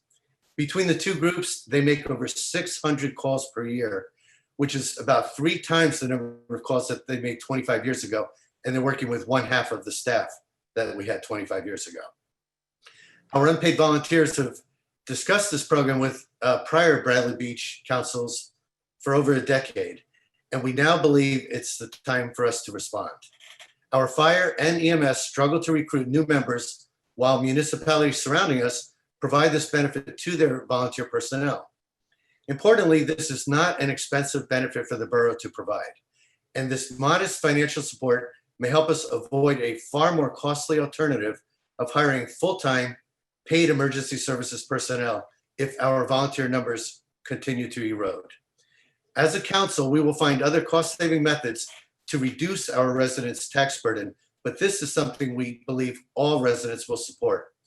I want to share with the public tonight that our CFO and our attorney will work closely over the next month to finalize this program for Bradley Beach. Once this review is completed, our council will hold a public workshop to explore implementing LoSAP for our fire and EMS volunteers. LoSAP is already in our 2020 budget. Now we simply need to make it a reality for the men and women who unselfishly serve us all. Thank you. Councilmember Bonnell? Well, once again, there's not a whole lot for me to say because Al and Tim and John pretty much covered it all. Regarding LoSAP, I think we all had a conversation at the last fish fry with some of the members of the fire department. And one of the really great things about the LoSAP is, the way I understand it, it allows some of the younger members to take advantage of educational grants before they retire. And most of these men and women who get into volunteerism for first responders at an early age have an unbelievable amount of responsibility. And I think it's great that we can offer them that. I'd also like to thank everybody who works for the town for getting through this summer. You guys all did a great job. I know how hard it was because I've worked with a lot of other towns through my job, and I see what's going on. And I just want to thank you guys a lot. Thanks, Gary. Thank you. The library report, the library is now open regular hours, Monday, Wednesday, Friday, 9 to 5, Tuesday and Thursday, 9 to 8, and Saturday, 9 to 1. Computer use is still limited to 30 minutes per day by appointment. Curbside materials pickup is still available for patrons who prefer not to come into the building. Virtual programming continues with the following highlights. On Wednesday, September 16th at 2:30, for the 75th anniversary of World War II, Paul Ziga will present World War II, the 20th century's most significant event. Storytime subscriptions beginning on September 17th and continuing most Thursdays.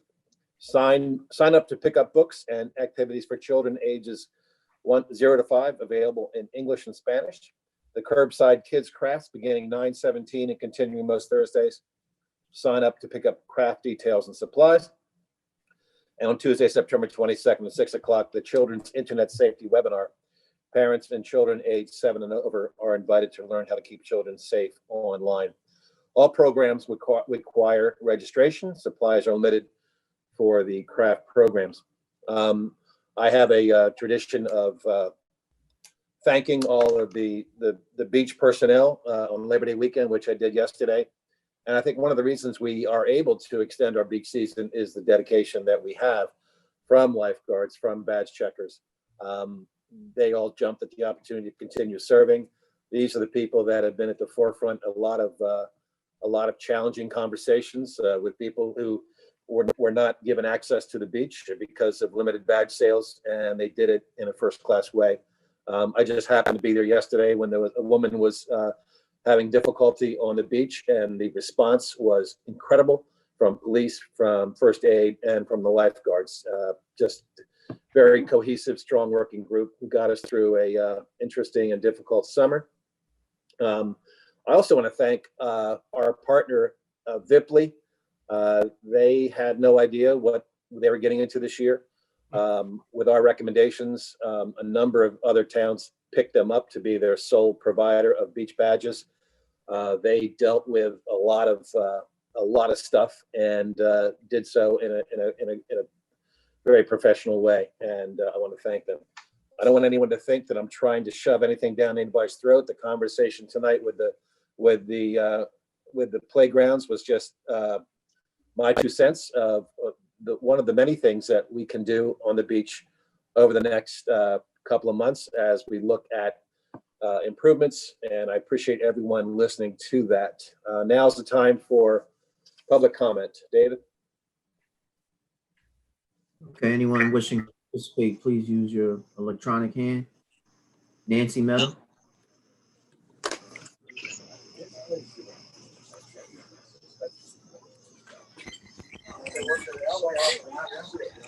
Nancy Meadow? Okay, Mary Ann Spillman. Got it. I'm back. Can you hear me? Okay, is that Nancy?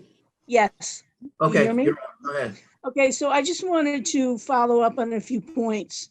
The playground in Asbury was a gift in honor of one of the students that died in the Sandy Hook massacre. Belmar also got one of those playgrounds for their school. In case you're not aware, I just wanted you to know that's where those came from. In addition, Mr. Weber, regarding the branding of the borough, I have been talking about this since I moved here full-time in 1999. It has always been my preference that we run some sort of contest, and we should have choices. And I always endorse that we should be the Bradley Beach Breakers, which supports the students at the school. And I think it's 2 or maybe 3 of you that sent your children there. And wouldn't it be nice if we could all get behind one thing that's not controversial? I look forward, Mr. Sexsmith, to analyzing the expenses as well as the revenues of the beach budget for this year, as I've been pushing for us to review our procedures as well with this pandemic. We really can't afford to wait for it to end. And I hope that somebody will step up to the plate to review what has been going on here. And the last point I'd like to make is we approved this evening to pay for a fence around the bathrooms that were put next to the pump house. It is beyond my realm of comprehension how we would have a wooden stockade fence when on the other side of the pump station, you've got the black metal one. You've got the black fence at the mini golf. You've got the black fence near the coin toss on, what is it, Lorraine Avenue. Where you can't please everyone with aesthetics, but shouldn't we have a look and some sort of consistency? So I would like to suggest, since we seem to have so many committees, that there be a design committee. And I know numerous people in town, at least 2 architects, other interior designers, and perhaps they would like to volunteer their time, because once again, we're going to end up doing something twice. And it's very wasteful, especially this time when people can't afford food. Thank you for your time. Thank Thank you. you. Up next is Mary Ann Spillman. I just wanted to confirm that that stockade fence is temporary, that the restrooms that were put up there were also temporary because of the problems with the COVID rush, and that's not going to be a permanent structure. Is that correct? Mayor, if I may, I would say, yes, that is correct. Those bathrooms will be moved back to the Public Works yard probably at the end of September when the beach closes. Okay, thank you. And the other thing I wanted to say is I would like to know again, what is the status of that proposed project, that restaurant project on the boardwalk? It is still the same status. It's under consideration and discussion amongst the governing body and their attorneys. Okay, so the borough is still wanting to pursue that in spite of the objections, is that correct? I don't want to go as far as say that. I would just say that the governing body is still considering it and looking at all sides of the matter. So when will we have a position taken on that? I cannot speak for the governing body on that notion. As soon as I think all the sides are looked at and everything is reviewed, I'm quite sure that they will come up with a decision as soon as possible. Okay, thank you. Okay. Enrique? Hi, I would like to go back to the discussion about the bicycles on the boardwalk. We definitely need enforcement. Ma'am, I'm sorry to interrupt you, but that's clearly not Enrique. So we have to have your name and address for the record. I'm sorry. Oh, I'm sorry. I'm Mrs. You're- Enrique, 116 Newark Avenue. Okay, perfect. Thank you. Thank you. Sorry. So going back to the point that was brought up earlier about bicycles on the boardwalk, I think we definitely need enforcement of the rules of no bicycles on the boardwalk between 10 a.m. and 12 midnight. But cutting the hours from midnight to 7 a.m. is going to eliminate the opportunity for any young children to ride on the boardwalk early in the morning. I mean, I know that when our grandsons are here, I ride with them from like 8:30 to 10. So that 7 a.m. cutoff is really eliminating children. And, you know, the sidewalks are not as safe and the streets certainly aren't. That's just a recommendation. That's all. I just wanted to. Okay. If I could just make a comment on that, you know, we've been looking at that over the summer, and right now the 10 a.m. cutoff for bicycles is consistent with all the surrounding towns. So it's up for further discussion, but that is a powerful motivator to look at alleviating the problems with bicycles in other ways than restricting the hours of bicycles. I'm glad to hear that. Thank you. Thank you. Up next, Kim Januzzi. Hi, this is Kim Januzzi, 608 Evergreen Avenue. I had the opportunity to attend the recent Zoning Board of Adjustment meeting, and there was a case before the board where there was a lot of discussion about conflicts of interest among the zoning board members and the applicant. And I was just wondering if we have a formal conflicts of interest policy or whether we have a conflicts committee that assesses those types of things when they come up. Greg, that would be a question for the board itself and their attorney, wouldn't it? Yeah, sure. I mean, in the first instance, the conflicts of interest in the ethical sense or the local government ethics law sense are governed by the DCA and local government services. So there's local government services, there's an ethics board to which, you know, if someone's aggrieved by a conflict of interest, or frankly, not even aggrieved, you don't actually need, you know, actual damages or any detriment. You know, if you're a citizen and you believe there's a conflict of interest, you can file a complaint with the local government services. In terms of here internally in the borough, we do not have a conflicts committee per se. It's ultimately up to, I mean, when the individual members of the boards and the governing body or elected officials or the construction official, or I don't mean to single him out, any of the department heads take their oath, they're responsible for disclosing their conflicts of interest. And ultimately, like I said, if they don't and someone else reports it to the local government services, then they would have an issue that way. So that's the way the conflicts of interest are policed. And then, of course, if someone has a potential conflict of interest, you know, not just this town, so I don't want to just mention here, but in any town where a governing body member or anyone has a conflict of interest question as it relates to this board, I would answer it here or elsewhere. If it's zoning board, the zoning board attorney's responsible for answering that in the context of the land use law, planning board attorney in that context. So there's really, I guess, three different parameters of regulation: the oath, self-reporting, local government services if it gets that far in that instance, and then of course the local advisement. And you know, from time to time you'll hear people here recuse themselves because they are, you know, have a business relationship with someone or something like that. Okay, yeah, thanks for that background. If I could suggest that we might consider having a formal policy so that there's guidance for the board members and the department heads, because there was clearly a lot of confusion, and based on the comments of the board members themselves, there isn't a lot of training in this area, and it might be helpful just to avoid issues moving forward. You know, because if there are conflicts, it undermines any process that, you know, the conflicts surface in the context of.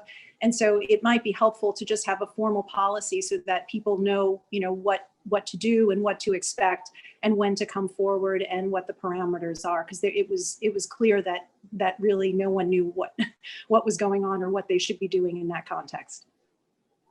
Well, I mean, I can't speak for the zoning board. I'm not the attorney there, Mr. Kittrick is. So I'll definitely bring his concern or your concerns to his attention.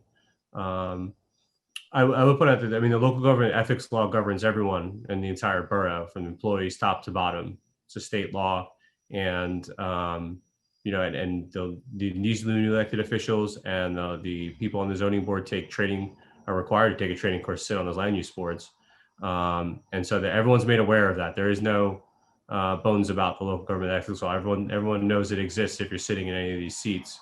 What the confusion was, I will check with Mr. Kittrick. I thank you for bringing that to our attention. And Greg, Mr. Cannon, is it true to say that the perception of a conflict itself can be a conflict, and that it doesn't necessarily have to involve money? Like, it can just be a relationship. Is that accurate to say? I mean, you're talking about two different things. I mean, ultimately, let's say an application was approved and it was challenged in court. The appearance of impropriety, the appearance of a conflict, likely in a land use context, and certainly not in an electoral context like this board, would that be, grounds to overturn, or unlikely to be grounds to overturn? And almost certainly on this board, there is really no appearance of impropriety when you have elected offices. The recourse for everyone in the town is the ballot box. But in a zoning board context, you're really talking about a court challenge, and then you really need a per se conflict. The land use board is a bit more strict on conflicts and what's overturned and what's allowed. And then in the political arena, which would be this board, elected officials, that is kind of governed by the ballot box. I mean, it's pretty straightforward. Local government ethics law sets forth, some very, very specific parameters, what you're allowed to do and what you aren't allowed to do, and what's a conflict and what isn't a conflict. It's pretty clear. It's blood, money, and that's the per se conflict. Kim, there's been a lot of questions over the last several years, 10 years, decades, about the way we handle zoning and planning, and I'm glad you brought it up. Sure, thanks for your time and your comments. Thank you. Up next is the Bradley Beach Fire Department. Hello, can you hear me? Yes. Hello? Yes, we can hear you. Very good. Good evening, Mayor and Council. My name is Robert Napoli. I'm the Vice President of the Bradley Beach Fire Department. I have with us in the foreground is the President of the fire company, Todd Bingen. We have our trustees, Roy Christensen, Joe Sanfeliz, and the Chief, Zach, is somewhere in the bunch on the outside on another connection here. We certainly like to thank you for your efforts on this LoSAP. The Bradley Beach Fire Department is 100% a volunteer fire department, as you know. And we owe this council a debt of gratitude for their efforts to push this LoSAP through the system. They understand the dilemma with the diminishing volunteers and the need to keep volunteers interested with retention.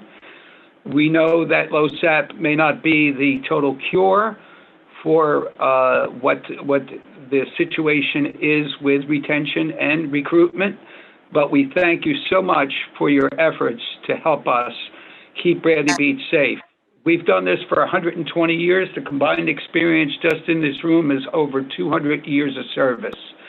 So we're always here to protect the good people of Bradley Beach, and we thank you once again and hope to see that this ordinance or the agenda is in the future is picked up where we can push this LoSAP through prior to the end of the year. Thank you. Thank you. Thank you. Up next, Linda Donnelly. Hi, Linda Donnelly, 803, 805 Ocean Ave. I just want to thank the mayor and council for everything that's being done for the residents of Bradley Beach. It's very much appreciated. And I do want to go on the record for saying I agree with those council members and members of the public that are proposing keeping some of the beach surplus set aside for a rainy day. And additionally, looking at the needs of the community, perhaps via survey ranking of items for ramps, Moby mats, new showers, perhaps trash receptacles, playground equipment, etc., so that we're on the right track here with the work sessions and we give everybody a chance to voice their opinion. And then lastly, switching topics, I frequented a few establishments on Main Street over the last couple of weekends. And I have to say, a few of them were not even aware that there was a proposal for the destination restaurant in the old defunct pump house location. And they were quite concerned and unhappy about it.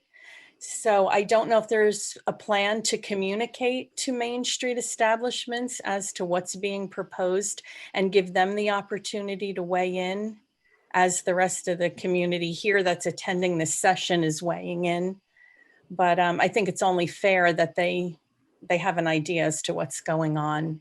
Thank you. Thank you. Next is Rich.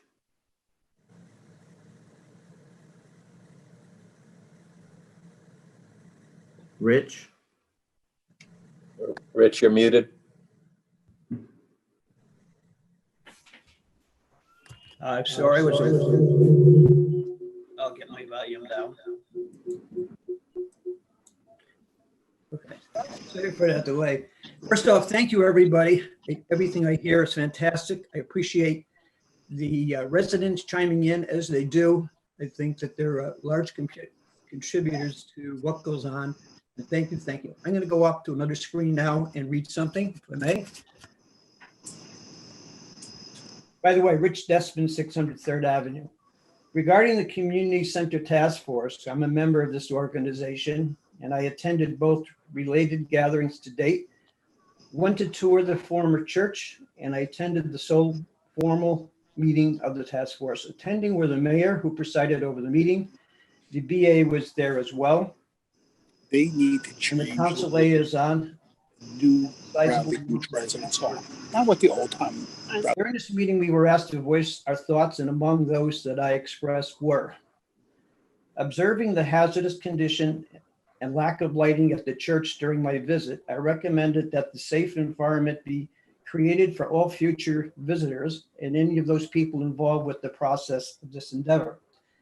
I pointed out that the building should be brought into a safe and protected condition to prevent the building from deteriorating further, due mostly to the existing roof water leak, as well as other known issues. Included in this is to have the building winterized, so it would involve the heating system and making sure that's functional and to avoid freezing damage. I urge that a feasibility study be prepared before any monetary commitment is made, other than securing the structure. I presented this to determine if this is something that is acceptable to the borough's residents, weighing all in costs against the benefit that would be expected. Though we may have qualified personnel on staff, I propose that it is prudent to hire a project manager to oversee this sizable project and to avoid the pitfalls of this becoming a do-it-yourself project. I stress that a method should be initiated to maintain a constant flow of communication to the residents of the community to keep the record straight and to avoid providing cause for rumors. Tying in the above two items I just stated, I recommended that a project status report be made available for all involved, including the task force members. This would also be an important information source for the communication with the community. Though an email inquiry I made, I did learn that some work had been done on the building. I'd like to be made aware if there was any consideration that was discussed on these thoughts that I brought up, as well as those that attended the meeting as well. And I'd like to know if anything was acted upon. Thank you so much. David, do you want to discuss some of the initial things that are being looked at? Yeah, ma'am. Currently, we have 2 vendors, and I just want everyone to understand that when government buys a building like this, we still have to follow local public contract law. We have to give quotes. We just can't go out and hire folks. It's going to take us a while to get things done. With that being said, We have hired one vendor who was there today on the premises, handling some of the more of the surveys and taking a look at the asbestos and as well as the lead, and give us a final report on how to remove that and what the recommendation would be. The second one, which is in the hopper now, I think a purchase order was just cut today for SDA. They're going to be coming out and they will be doing the securing the roof and the facade. And the borough is working as expeditiously as it can under the rules and regulations of the state of New Jersey. Thank you. Next up Dave? is, go ahead, Mayor. No, good. Go ahead. Okay, Kelly Riley.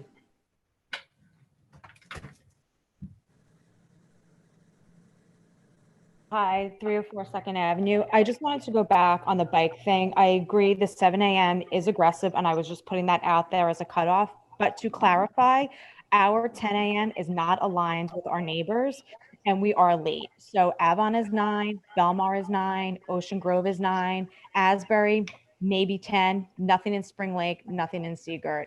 So again, we're not aligned with the neighbors. And I'd like to also just put out that even though they're at 9 o'clock, doesn't make it right if it's not safe. Ocean Grove doesn't open their beach until noon on Sunday. Should we align there? That's all I have from that. Thank you. Paul Nishampkin. Hi, I'd like to just second Rich DeFinn's comments. I have also communicated on several occasions. Paul, we're having a hard time hearing you. Your volume is very low. Thank you. Is that better? Not for me. Maybe it's me. Okay. Is this better? Yes. I also have communicated at least twice with you, David, about the status of progress on remedial work in the church. And I'm hoping that you can actually communicate on a regular basis with the task force by email and let us know what is in the works and what you are proposing. I have no idea what you mean by the facade work that you're going to be doing and whether this is something we actually discussed in our. Yeah, the two items that I just discussed is the only thing that the borough's doing. I'm not making a move without talking to our borough engineer. He's reviewed both proposals, gave us the go-ahead for both those items. And that's how we have to proceed as a government. We've taken all the consideration in from the task force. Again, like I said, we're doing our best. I know folks want like immediate communication, but in this case, a lot of this stuff is very slow in process as we have to go through a purchase order system, requisitions and the like, and we can't get anybody even on the premises until that purchase order is cut. We also only working with 180,000, and I think just in those two vendors alone, it's approximately about 46,000 that's spent. That's only going to leave us with 140 to continue to do some of the winterization that was mentioned and some of the other things that we need to do. We had a neighbor call the other day. There's some of the facade is actually falling off the building. So it's a lot of work to do right now.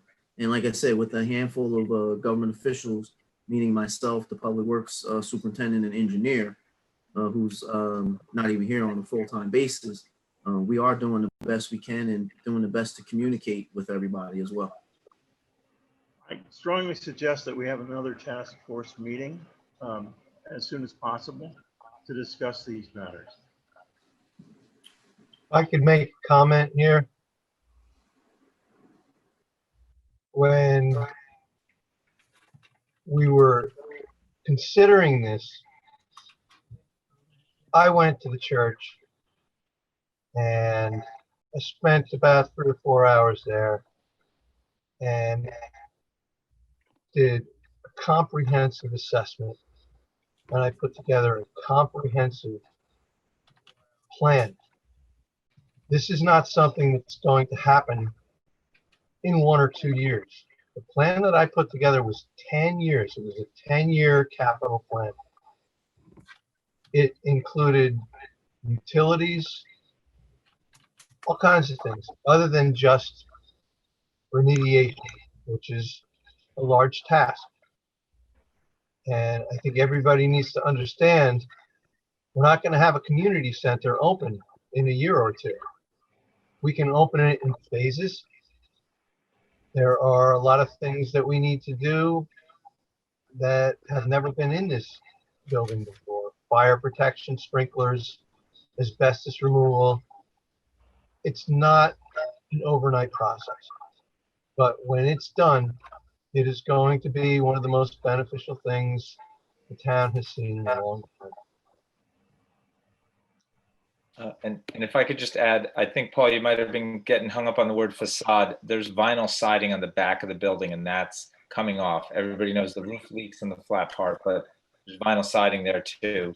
I don't think anyone thinks like the front of the church is getting redone or anything like that. So, but I agree on having a meeting.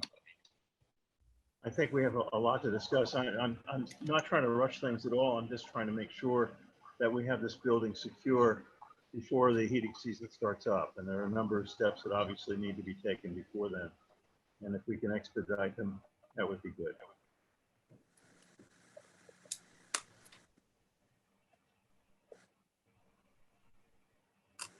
David? Okay, up next is Mr. Cohen. Thomas Cohen, 612 3rd Avenue. Mayor, I really want to thank you for this workshop session tonight because it's been a wonderful transfer of information between the professionals, the public, and the council. I do get offended when there's meetings without a work session because it really is the only time the council can work all together with you and with the public. Wow, that wasn't 5 minutes. No, it wasn't, TJ. That's my fault. Sorry. Thank you. Sorry about that. All right. But it is a wonderful process. I just want to make sure we utilize it for 1 or 2 items at every meeting. I think we've squandered an opportunity in the past to really share this type of information. And tonight's a perfect example of how it can work. And I want to thank you. Thank you.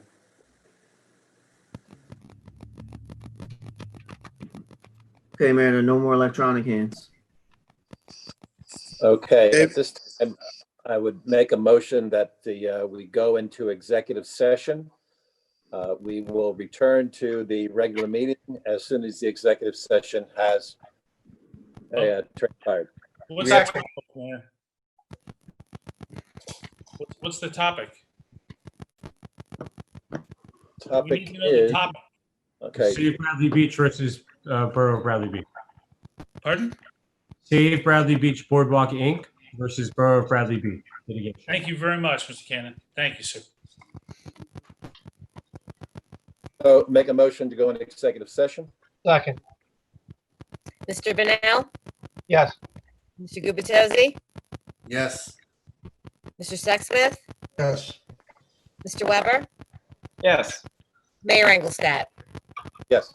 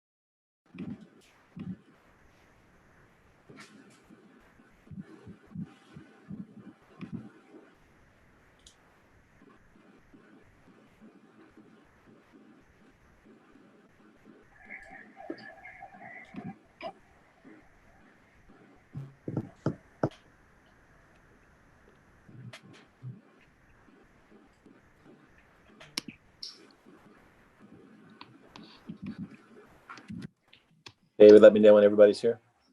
I think we're just waiting on Erica.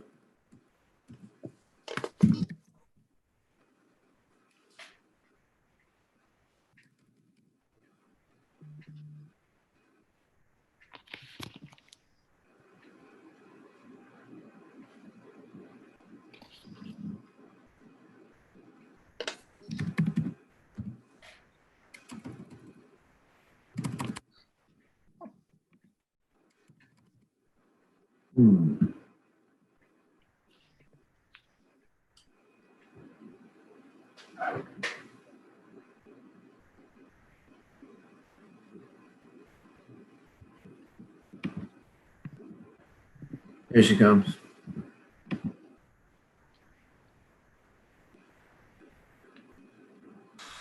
Erica, are you on now? Erica, if you're on, please unmute. Yep, Okay. I'm back. I'm here. Okay, Mayor. Okay, we've returned from the executive session, and at this point, I'd make a motion to close the regular meeting. Is there a second? Second. Second.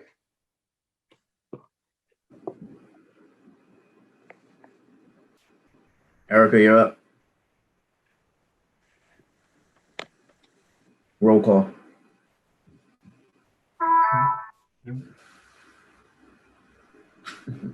David, for the purpose of the minutes, can you run that? I could. Erica, you got it, or? Okay, roll call, sure. Mr. Yep. Bennell? Yes. Mr. Gubatose? Yes. Mr. Sexsmith?